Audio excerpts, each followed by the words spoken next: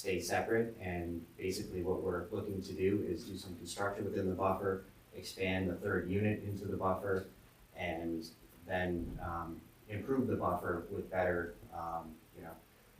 different types of vegetation and whatever is necessary with the help of a wetland scientist. Basically, the property is just very small to comply with the ordinance, and it's not near any of the listed water bodies that are, the ordinance looks to protect. So overall, we're just looking to make an improvement to the property. I'm happy to go through each of the variance elements if that's requested, but I just want to make sure, because you all had the application, I'll be happy to touch on each if that works. Well, for the sake of all the people out in PV land, we should probably touch on them. Sure, definitely. So the first element is the public interest element, which we look to whether the proposal changes the essential character of the neighborhood or threatens public health, safety, or welfare. Here, we're not changing the essential character of the neighborhood because we're taking a residential use and replacing it with a residential use. There are other multifamilies in the area. This is a townhouse style home, which will match the character of the area. It will not threaten public health, safety, or welfare. Again, the access will be improved on the property, and specifically about the wetland. We're not impacting the wetland itself. There'll be space between the proposed development and the wetland, and the wetland buffer will actually be improved from what it is now. Under the spirit of the ordinance, the goal of this specific ordinance provision is to protect wetlands in Newmarket. As I said, we're not looking to impact the wetland at all, but build slightly into the buffer. And I will note that the goal of the VCC is to continue the Main Street development, which, more housing means a walkable downtown and access to the local stores. Substantial justice, so you look to, if the applicant's loss is to be greater than the benefit to the general public, if the variance was not granted here, Mr. Juarez bought a property that is very dilapidated and it needs to be improved. In order to do that, he worked through a bunch of different scenarios on how to do it. Ms. Sanborn can talk more specifically about that if necessary, but this is what they came up with that works. And the public, if this was denied, wouldn't gain anything because that property would stay the way it is, and Newmarket would lose some very nice housing that, it's townhouse style, which is always in need. Then you look to the value of surrounding properties. There's no indication that surrounding property values would be negatively impacted. In fact, they'll likely see an improvement because the eyesore that's there now will be removed. And then under the hardship, we look to the special conditions. As I noted, the lot size is very small. It's 0.07 acres. So making use of this property, there's going to be impacts to the buffer, regardless of what we do. The existing house is very old, but it's been there since, I believe, the 1700s. So the lot has been in existence for a very long time. The lot shape, the shallow depth, and the fact that it's located so close to the stream are all unique conditions that require relief. There's no fair and substantial relationship between the public purpose of the specific ordinance provision in relation to this property. As I noted, we're working with wetland experts to make sure that the wetland itself will not be impacted. This can be done without impacting the wetland with the impacts to the buffer. And overall, we're just looking to make sure that this property can be used. And lastly, the proposed use is reasonable because it's a residential use in a residential zone. The plan works, there's on-site parking, there's the ability to make sure that this can be done safely and without impacting the wetlands. So for those reasons, we request that the variance be granted. Thank you. I'm open for discussion with the public. If there's anybody in the public that wants to come in and say something, now's the time to close that when they know that we'll open it up to the board. Any questions?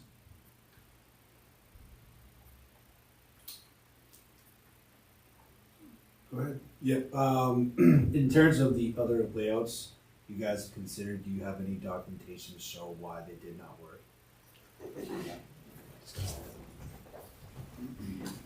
Nicole Sanborn from Tidewater Engineering. Yes, so the size of the lot is a very tight constraint. The shape of it, the jog in the right-hand corner also has proven to be a challenge as well. We are maintaining the existing site distance that the lot has currently. So if you're driving out of the site at the entrance that's displayed, if you look to the left, you're limited site distance-wise from the building there. And then if you look to the right, you are limited by actually the house that's on that lot now. So we don't want to make that site distance any worse than what's there. So we can't shift the proposed building any closer to the roadway. So that ties that location to where the existing building is as well. Do you want me to run any through? Yeah, could you rotate them so they were parallel to the actual buffer delineation? Yep, so what kind of landed us in this kind of skewed and stacked positioning was being able to pull in and out of a garage safely. So for the unit that's closest to the roadway, we were struggling with getting a car to be able to get into that garage from the street. And then for the third furthest most unit, we were struggling with getting that unit to be able to pull out of their garage to be able to pull out forward.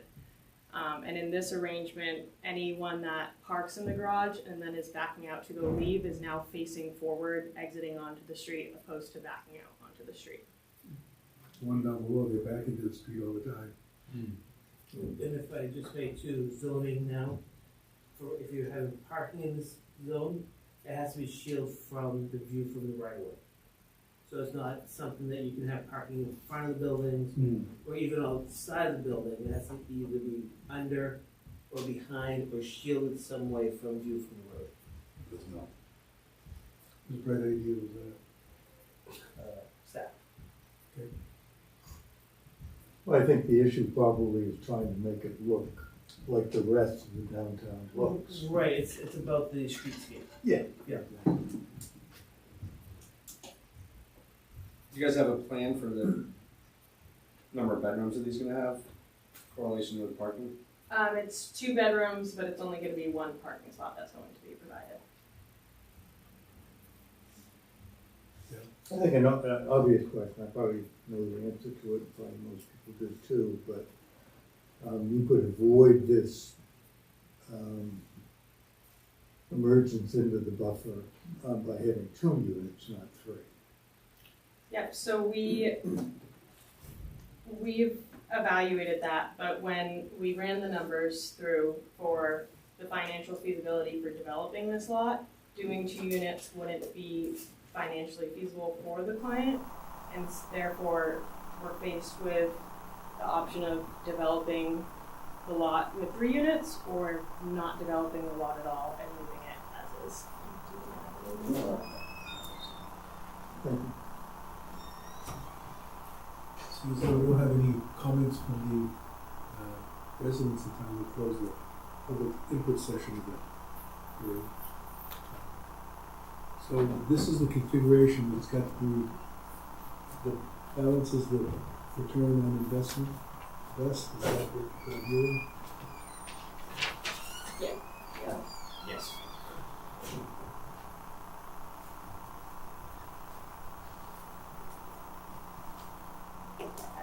Sure. To be able to make it feasible for my client to be able to develop the lot.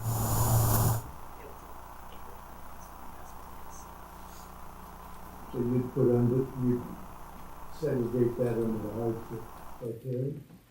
Well, if you look at the hardship criteria in New Hampshire, it's not just about, the fact that you could comply with the zoning ordinance, it's whether the proposed use is reasonable. And here we're asking for buffer encroachment, but we're also providing safety measures for the wetland.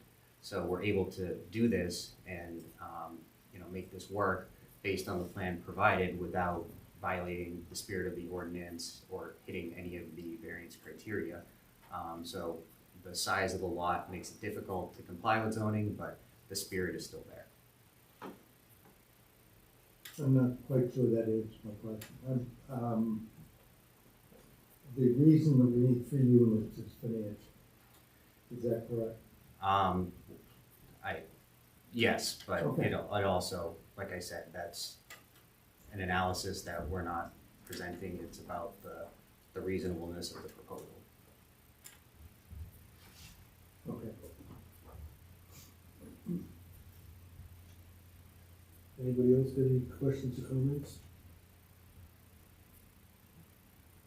I've looked at that eyesore now for 20 years. By the time it goes away. So. I think Ryan would be a good landlord over there. I've known Ryan for a long time.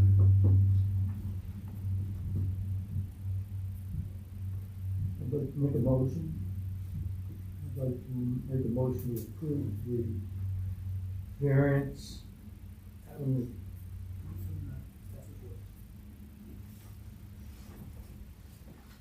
Big as you. You know what the way out there?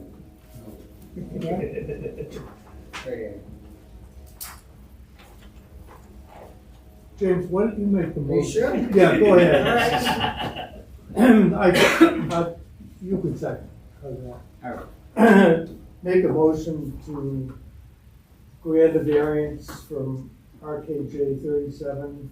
For LLC petitioning the zoning board of adjustment relief from section 32-155F of the municipal code of the town of Newmarket, New Hampshire, to allow disturbance within the wetland buffer without a special use permit from the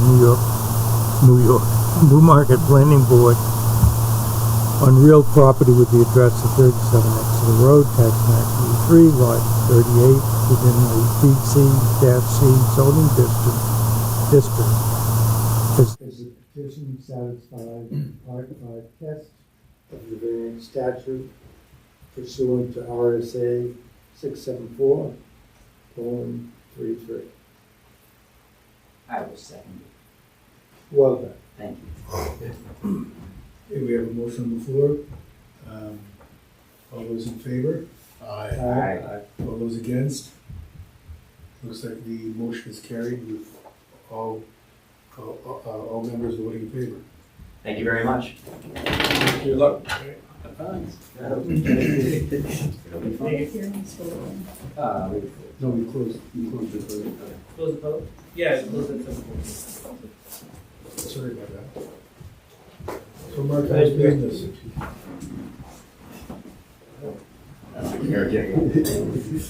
Alright, thank you guys.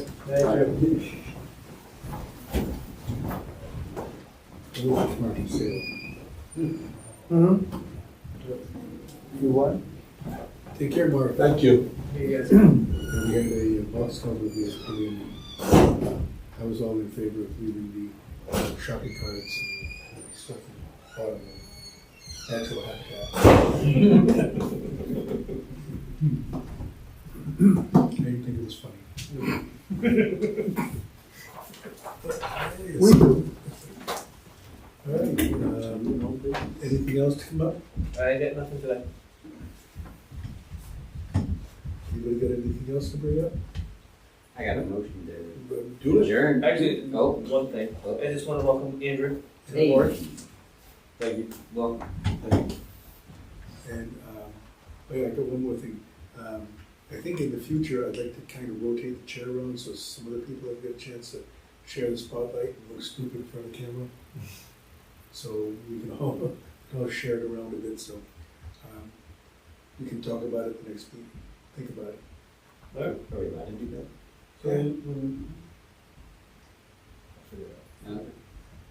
Yeah, we have in the past. I think there should be a certain requirement regarding haircuts and such, if we're gonna be there. Wouldn't that be discriminatory? Oh, that's right. No. Is that in the minutes? I mean, we could make an amendment in the rules of procedure saying that whoever has hair below the ears is Chair. automatic chair by default. There you go. I'm going I'm going for a haircut. Just come by and say, I'll do it for you. Dumb. Move to adjourn. Second. All those in favor? Aye. Aye. All those opposed? Hearing no opposed, we're closed. Okay. Have a wonderful evening.